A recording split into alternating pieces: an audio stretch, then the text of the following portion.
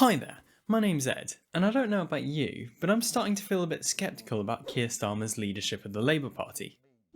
Actually, I do know about you. The polling suggests you probably feel the same way about this man whose neck I can't find. Why might that be? Let's look into it with the help of one political scientist, several column inches, and the threat of a pending by-election. So welcome to this video essay on that ruddy-faced charmer, Sir Keir Starmer. Oh, well, of course you must have loads of demands!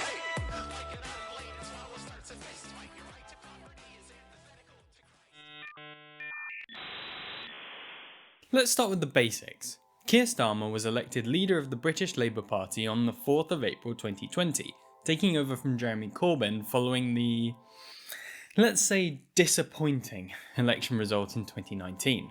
Corbyn had previously secured 40% of the vote and 30 extra seats at the 2017 general election, and come within a whisker of winning, which was pretty impressive considering the election had been called by the Conservative government of the day with the aim of enhancing their majority. Instead, it forced them into confidence and supply. This video is going to assume two things. One, that the 2017 election result was a good result, because it was a good result, the best since 2001 in percentage terms, and on this basis, that the policy platform of the Labour Party under Jeremy Corbyn was popular and well received. So how's Keir Starmer done since then as Jeremy Corbyn's successor? Well, if we admit from the off that the Conservatives' rollout of the COVID vaccine is giving them a vaccine bounce that enhances their polling performance and dampens Starmer's, he's still not doing that well.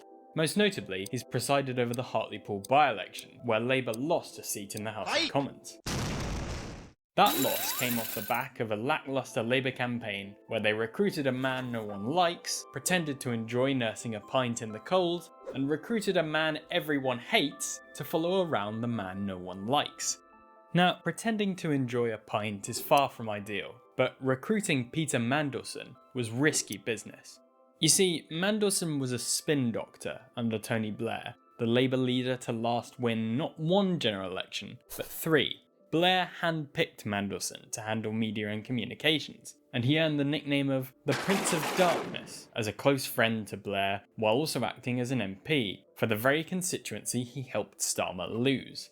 Mandelson held Hartlepool from 1997 to 2005. That makes him a big old Blairite, in other words, a stalwart from the right wing of the Labour Party. And the right wing of the Labour Party is pretty unpopular nowadays, mostly because of the stuff with the wars and the expenses and whatever the hell this is. But the other thing about Labour government under Tony Blair was just how managerial it was.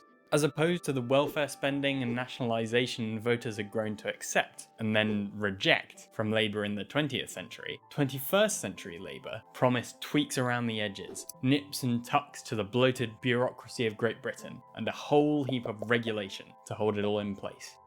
This admittedly successful, but nonetheless half-hearted policy was chucked out under Jeremy Corbyn's tenure and replaced once again with the leftist fun of the fair, abolishing tuition fees, renationalising the railways, and crafting a Green New Deal to generate jobs and regenerate the natural world. Nice. The jury's still out on the direction Starmer's going in, but the concern is he'll be more likely to choose the politics of Blair over the fun of the fair. So why would that be such an issue? To answer that question, we'll need some help from science. Political science. Now I'm going to turn to a criminally underrated political scientist and one of the leading voices on European party politics. His name's Peter Mair, and in 2013 he posthumously published a book eviscerating the state of modern political parties. Mair notes how the post-war 20th century constituted a golden age of political parties, where voters were believed to belong to a given party, rather than reflecting the outcome of a reasonable choice between competing alternatives. And this situation brought guaranteed memberships, fortunes of funding, and more than enough safe seats.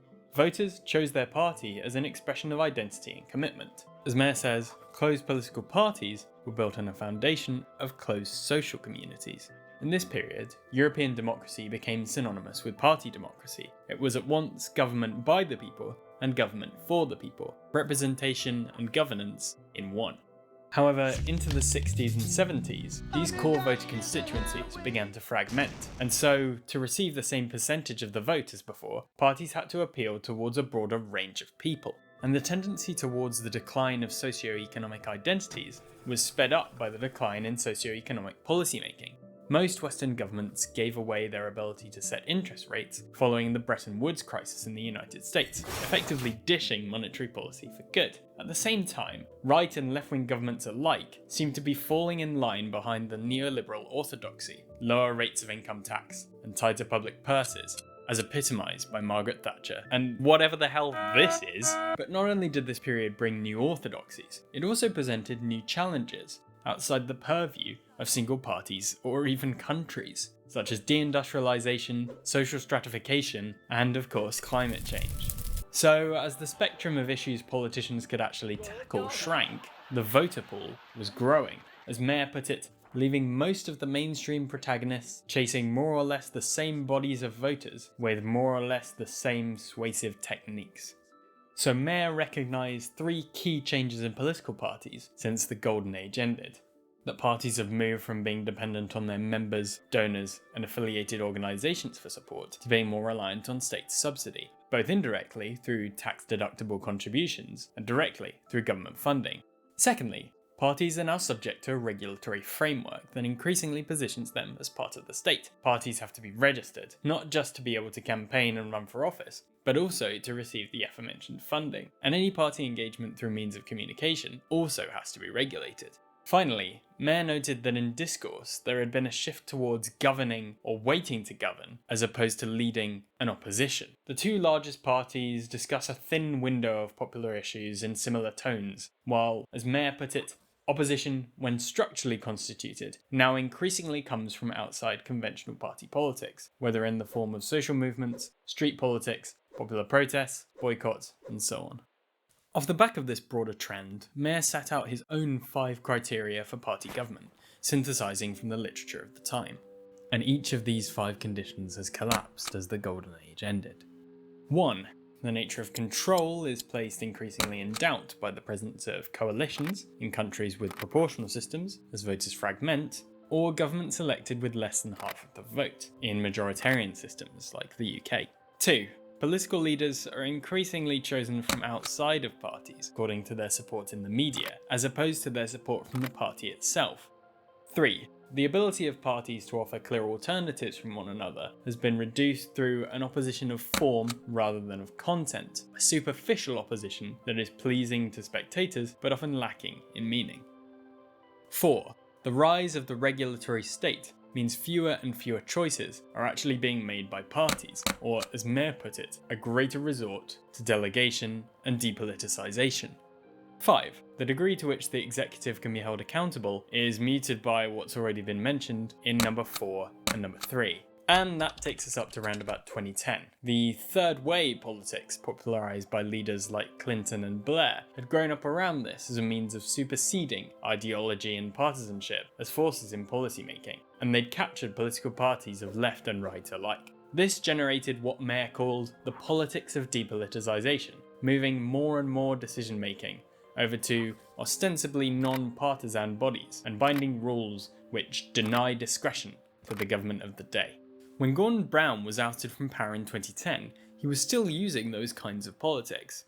Mair sadly passed away shortly after, but then party politics got a whole more party.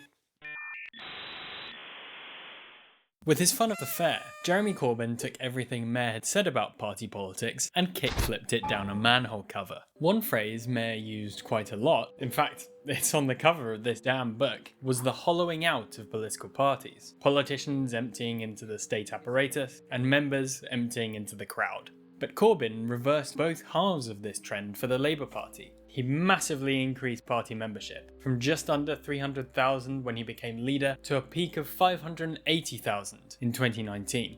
That's higher than anything in Blair's tenure, and almost up to snuff with the figures under old Clement Attlee, the legend who founded the NHS. Just as Corbyn was bringing members back into the fold, he was pushing politicians out to the people through mass rallies, festivals, and engagement with trade unions. And at all of those events, Corbyn never shied away from getting political, offering exactly the opposition that Mair had seen dissipate into protests and pressure groups, because those were exactly the spaces where Corbyn was most active prior to becoming leader. And achieving something very different in our society and in our lives. He infused the party with oppositional, policy-flavoured discourse, like a tasty new tea bag in an old Labour Party mug.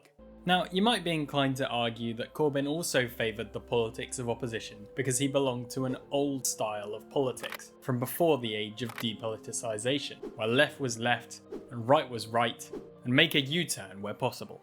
There's probably a grain of truth there, though efforts were made to modernise Corbyn's ideas. Regardless, he pulled Labour out of the weeds and turned it from a managerial party waiting to govern into a force for popular change. And this resistance against the trends Mair had captured was successful at the ballot box, as I've already noted. While voters were definitely more fragmented, they still saw Corbyn's nationalisation, education and revitalisation as their cup of tea. Back then, Corbyn was up against David Cameron, followed by Running Through Fields of Wheat Woman, both of whom belonged to the post-Blair consensus of neoliberalism, depoliticisation and general boredom. In 2019, following the Brexit deal clusterfuffle, Boris Johnson took up the mantle as Tory leader. His strategy of appealing to the populist creed that won for leave in the EU referendum was largely successful. Speaking to those considered left behind, Johnson reallocated infrastructure spending and pushed patriotic symbols to scoop up culturally conservative voters in former Labour seats. What's more, the platform of the Johnson government appeared to have a lot more active policy shaping to it than either the Cameron or May ministries that preceded him. This executive tour de force seemed to contradict Mair's trend of regulation and depoliticisation just the same as Corbyn did. It's as if Johnson was, at least superficially, looking to bring opposition back into the arena, perhaps thinking he could use his media clout and personality to win the propaganda war once waged on different grounds by Peter Mandelson. And maybe that's why Mandelson's come back on the scene. With this bloke, where is his neck? So let's look at Starmer under this lens. We have changed as a party. On the surface, he seems to have gone back to the new Labour system of tinkering and shifting, that depoliticisation that became so popular in the third way craze of the 90s and noughties. Let me explain. Some people suggest Starmer simply doesn't have any policies, which is a bit of an overstatement. Starmer's decisions in Parliament, from backing the Tories' Spy Cops bill to falling on the wrong side of the NHS pay rise, give a sound indication of his less than stellar ideas sheet. Starmer doesn't seem prepared to deviate in any meaningful way from the newsreel of the day. He'll offer a view, analyse and scrutinise, but what he hasn't done yet is offer a tangible distinction from the Tory status quo, instead offering depoliticisation and deferral on issues of tax, spend, and the third most important policy area, Dominic Cummings. Maybe the scrutinising mind isn't surprising, given that Starmer comes straight out of the judiciary establishment. He was a QC before he was an MP, and Director of Public Prosecutions from 2008 to 2013, back when I could still find his neck! I don't think you can just blame his career history for this depoliticisation though. It seems that Starmer, with his lack of support between MPs, flip-flopping on Brexit, For Remain, but we have left the EU. and general media mismanagement, is just a weak sauce kind of guy. He can claim to be big and bold in a leadership contest, Unified around a radical programme. but thrust him in front of the podium, and he's suddenly a thrall to the new Labour grandees that still seem to haunt the party, even when their recent picks have been doing substantially worse than the men they demonise. Here's a quote from a theorist who plays guitar. It's hard not to conclude that Starmerism, if such a thing can be said to exist, is little more than a nostalgic revival of the lethargic pre-2015 period, when the Labour Party was a top-down managerial affair, with low membership figures and little in the way of policy ideas emerging from its grassroots. Is it too soon to say though? For one thing, we don't know for sure whether Starmer isn't activating the voters that Jeremy Corbyn did in 2017 with his fun of the fair, as turnout from the 2021 elections is totally skew-if because of the pandemic. But while it's true that the 2021 elections were a bit of an outlier, it's not true that Starmer hasn't already put forward a policy platform. I've already reeled off some milk toast crud he pumped out earlier this year. And even if those weren't 100% pear cider manifesto pledges, Just give it to me straight, like a pear cider that's made from 100% pears. they count for enough at this point. So we've established that Starmer is splitting hairs on policy and ending up bald. We've also established that he's not exactly keen on party members, and he's ignoring the advice of unions. Membership has stopped ticking up under his tenure, as leftists, myself included, consider our position. And based on how Starmer has gently nudged the Tories' handling of the pandemic, can he really hold them to account? Look, I don't want to judge Starmer yet. Least of all because he's a judge, and so would probably rip me to shreds in a game of judging. Maybe against Cameron or May, we could flip back to a world of two equally dull parties duking it out in depoliticisation. But with Johnson in the picture, bringing opposition and policy back into politics, Starmer can't revert to type. The jury might be out for now, but you don't have to be a QC to see which way they're leaning. If Starmer doesn't change, he could end up hollowing out Labour all over again, and that would be a crying shame for the party and movement we've all helped create. Rise like lions after slumber, in unvanquishable number. Shake your chains to earth like dew, which in sleep had fallen on you. Ye are many, they are few.